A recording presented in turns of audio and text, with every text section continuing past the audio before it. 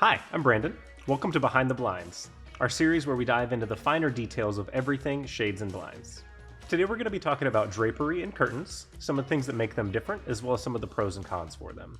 One of the biggest benefits to both drapery and curtains is their ability to cover large areas relatively easily and inexpensively.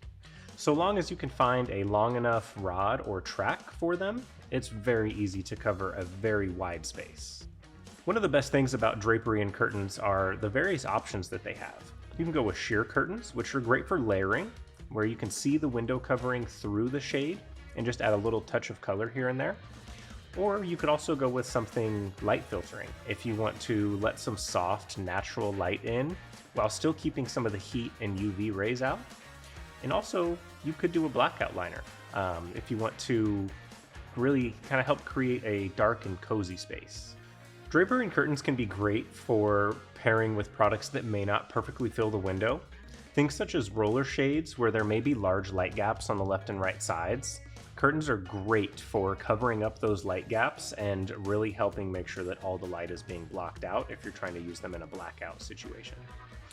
Tiebacks are another cool option that all of our drapery and curtains come with.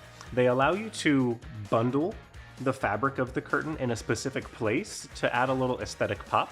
So something like this, you could bundle it up here, just off to the side, or maybe leave it a little bit covered. That way you can still see out the window and still have this nice pop of color against the window covering.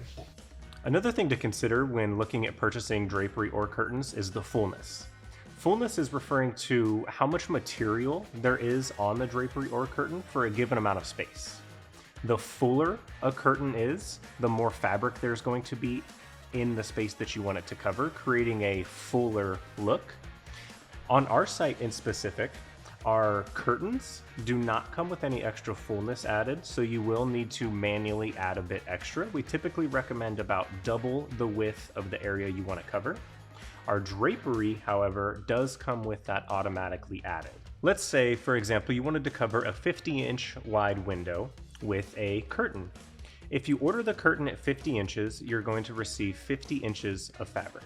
When you go to cover that window, that fabric's going to be pulled pretty taut. So we typically suggest doubling the width of the opening to your size ordered. So in this case, you'd want to order a 100-inch wide curtain. That way, when you have it in a 50-inch wide opening, you have plenty of soft folds and pleats and it looks nice and full.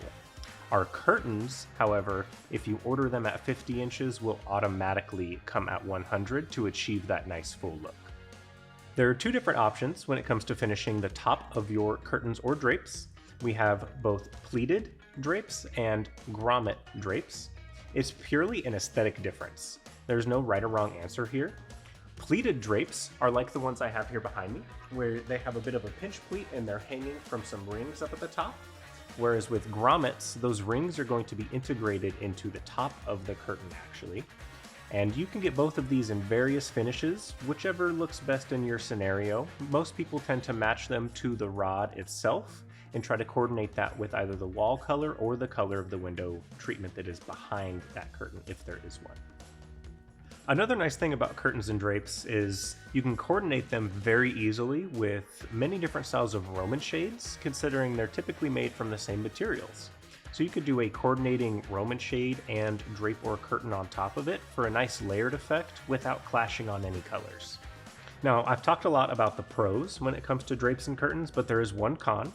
They don't do well anywhere where there is high humidity or frequent humidity, such as outside or by a bathroom, considering that they're made entirely of fabric. So you'll definitely want to stick to bedrooms and living rooms when it comes to these. While drapes and curtains may seem a bit overwhelming when you first look at them, they can be a lot of fun considering all the various options and pops of color that they can add. If you do run into any issues, we are here and more than happy to help out. Just feel free to reach out to our design consultant team and we'll see what we can do.